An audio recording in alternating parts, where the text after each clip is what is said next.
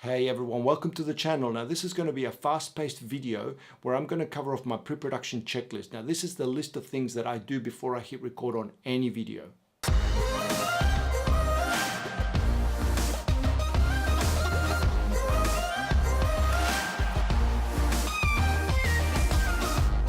So to make sure you don't miss any of my photography or videography videos, hit the subscribe button and also click the little notification bell. That way you'll be notified every time I upload a new video.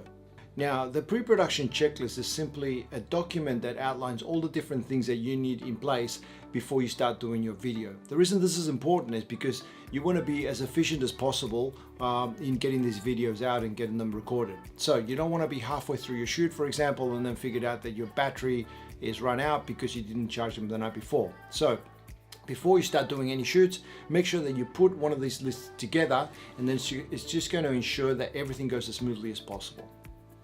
So the first item on my pre-production checklist is a completed script. Now, the script is not just a list of things that you're going to be talking about. The script is also a way to track all of the shots that you need to take in order to form a completed video.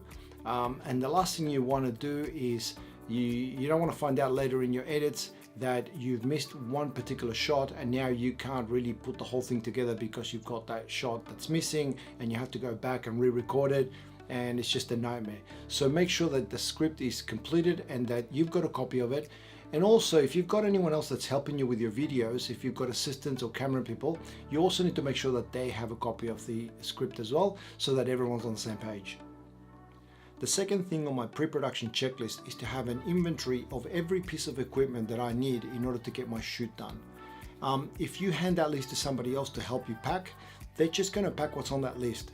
They're not going to assume that just because you wrote down tripod that they're going to bring the ball head as well. So you have to be very, very specific in all the things, and then you just check them off. This is the only way to ensure that you're not going to leave anything behind that is absolutely critical for your shoot. The next thing I check are the memory cards. Now, depending on what camera you use, you're going to need the corresponding card that matches with your camera. So make sure that you've got enough of them to cover you for the whole shoot. You should then grab each one of those cards, load it up into a computer, just to make sure that there's no information in there that you need because they're going to get formatted next.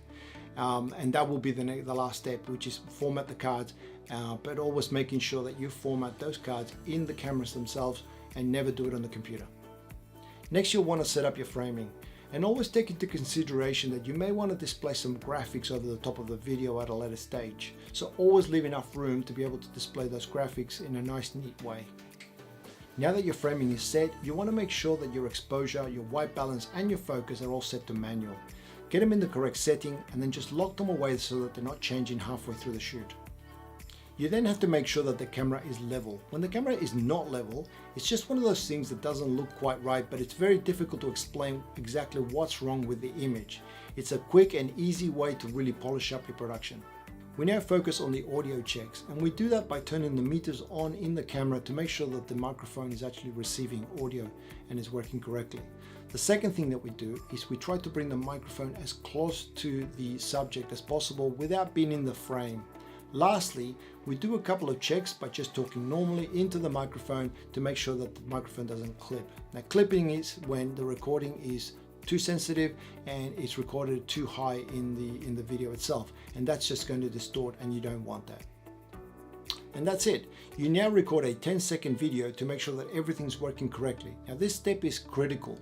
You want to record a 10-second video, take the cards out and put them into your computer and do a full check that everything is working correctly. You don't want to wait until the end of your video to figure out that something's gone wrong. So that is my pre-production checklist. Hopefully it's something that you found useful and you might be able to incorporate that into your own process. If you want to join a community where we talk all things photography and videography, why not follow me on all the usual platforms? You'll find all the links in the comment section below. If you like this video, please let me know by liking it, subscribing and sharing it with your friends. And also, if you found the information useful, please let me know by leaving a comment.